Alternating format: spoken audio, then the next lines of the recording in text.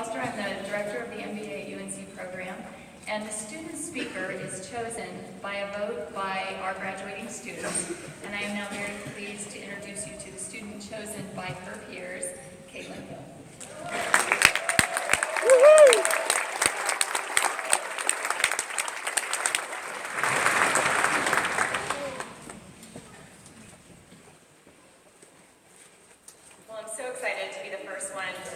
Congratulate the graduating class. You guys are all officially Carvel alumni. Congrats.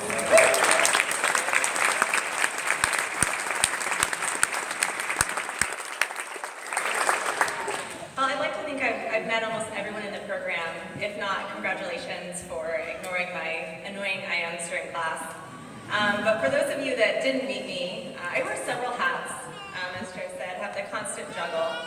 I am a mother to two beautiful girls that are sitting there in the second row, a sales engineer for Insight Software, a board member for the Sub-Saharan Education Project, a small business owner, a yoga teacher, and today I'm so proud to call myself an MBA.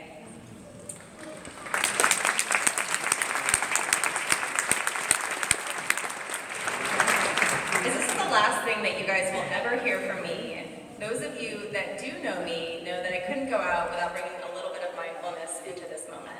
I know you guys are probably sick of me talking about yoga and the MBA program, but just one more thing. So if you guys will all humor me for just a minute, I'd like for all of my classmates to close their eyes. Now join me in placing your left hand on your neighbor's back.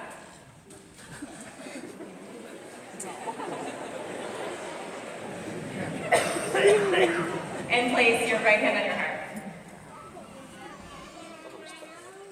Now join me in taking a deep breath in through your nose. And a huge exhale. Now open your eyes and drop your hand. I hope that you guys remember that one collective breath forever. Because just like that breath, we got to this place as a team. Despite all of the odds and facing all of the obstacles, what seemed impossible to most of us 2 to 3 short years ago is now our reality. We're officially Target alumni. I can't begin to explain the incredible honor it is to stand here before you guys today as your class speaker. I've been humbled to learn from and with each and every one of you.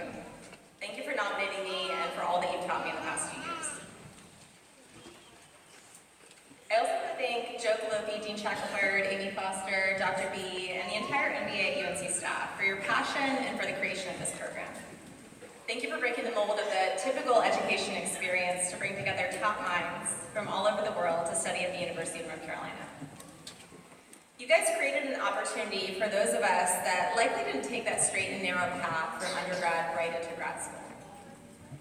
You made it difficult in a way that was not exclusive to those who did take that straight path, because there are a lot of academics in our program, but Joe called it the juggle. I like to call it the messy dirt path of life that many of us took.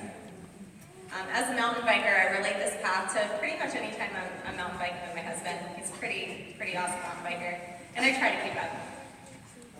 But oftentimes we'll be riding along, and it'll be a nice sunny day, and he tells me it's going to be an easy ride.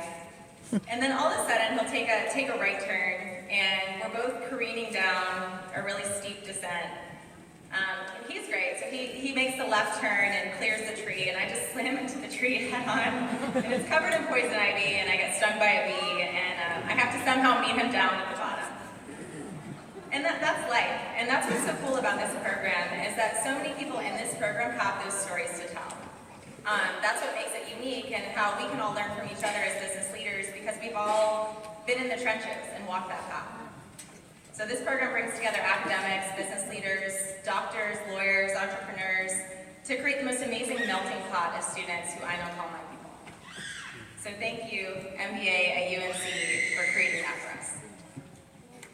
I also want to take a moment and recognize those that are not holding diplomas today. I know Adam already recognized you guys once, but I can't begin to explain how important the significant others and especially the children of the graduates are.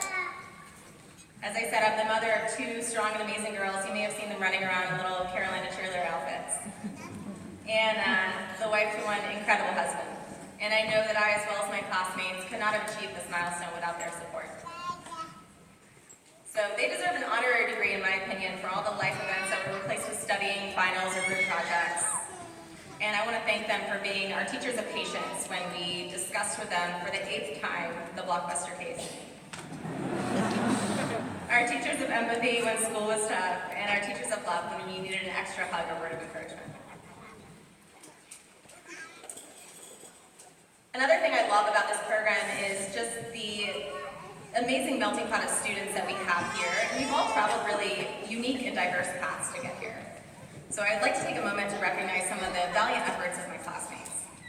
To all of my international classmates, you guys are really amazing. We have classes at set times, and sometimes they're not privy to international time zones. So I honor you for logging into class in the wee hours of the morning and meeting with groups and times that I know were challenging. But most of all, I thank you for the unique perspective that you brought into the program, reminding us all that the world is much bigger than the truths we abide to here in the U.S. To all of the service members and veterans in the program who scanned in exams from remote assignments, committed to furthering their education while serving our country, thank you for your service and commitment. And then to all of my fellow parents, many of whom have their babies while in the program, studying on very little sleep, nursing your babies during class, or watching basic in the middle of the night while rocking your kids to sleep, I honor you for your commitment. And to our professors, let me for a second help you guys understand the challenge these professors face. I know Joe talked about it a little bit, but I just want you guys to imagine you're teaching a class, everybody's in a little box, and then all of a sudden the fire alarm goes off in someone's building, and that said student, I'm not naming any names, Thomas Bennett, runs from the building to his car to rejoin the meeting in the dark in the parking deck. So now we're looking at him on the little box in the dark in his car, and Dr. Well told him, Thomas, your life is more important. If the building could potentially be on fire, you should definitely, it's okay, we'll still give you credit for the class. But please make your way to a safe place. I always felt like Thomas should be up here giving that speech because that was just above and beyond commitment to a class. So these professors go above and beyond to cold call like nobody's business to keep us awake and attentive, and make themselves available at 11 o'clock at night when their quant challenge students have additional questions. I tried not to be that person that asked the question that made the class linger, but instead I would wait until after class, and then the professors would be stuck with me for an hour. So most of mine and Robin's sessions started with him saying, Cait, what would you like to go back through? And then me with a sad sigh would say, can we just start from the beginning?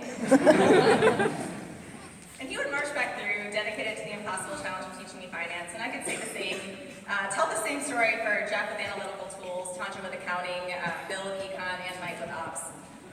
You certainly don't get on a first name basis with your instructors by just attending class. And I'm sure that they all agree that I was, as Mark Lang says, one very special snowflake when it came to mathematics. And I did want to burn that finance book, but rather I decided to keep it as a journal to remind me that even the most impossible feats are achievable for those willing to put the work in. So I was once told by a very wise woman, my dad's mother, that every excuse in life could be turned into an opportunity. I wish she was here today to see that happen. My dad likely thought that I was destined to be here because I was born a month after the Heels won the national championship when Michael Jordan hit a 16-foot jump shot from the left baseline to win the game. I'm not a Charger fan at all, by the way. But I didn't attend UNC for undergrad, much to my parents' dismay, nor did I head to grad school right after college. I pursued a career sprinkled with entrepreneurship that was driven by the incredible will instilled in me by a long line of strong women. Women who rose to challenges much greater than a finance final. My great-grandmother traveled here by boat with her sister at the age of 15 on January 10, 1921 from Mesopotamia to be married off to a man 20 years her senior, leaving her extended family behind, including her mom and her brother, who were assassinated due to their religious beliefs. She rose to the challenge of getting a job at a textile factory to support her family. She learned to read and write in English, to take the oath to become a U.S. citizen and educate her children in America. My grandmother, following her mother's passion, was so determined to become an educator that she entered college from a small farm in Illinois with my grandfather and 3 young daughters in tow. My Aunt Randy went from stacking books at the University of Hartford to receive her doctorate and become president of the library. And my Aunt Susan jumped off the entrepreneurial diving board to start her own canvas bag company with little experience but a whole lot of passion.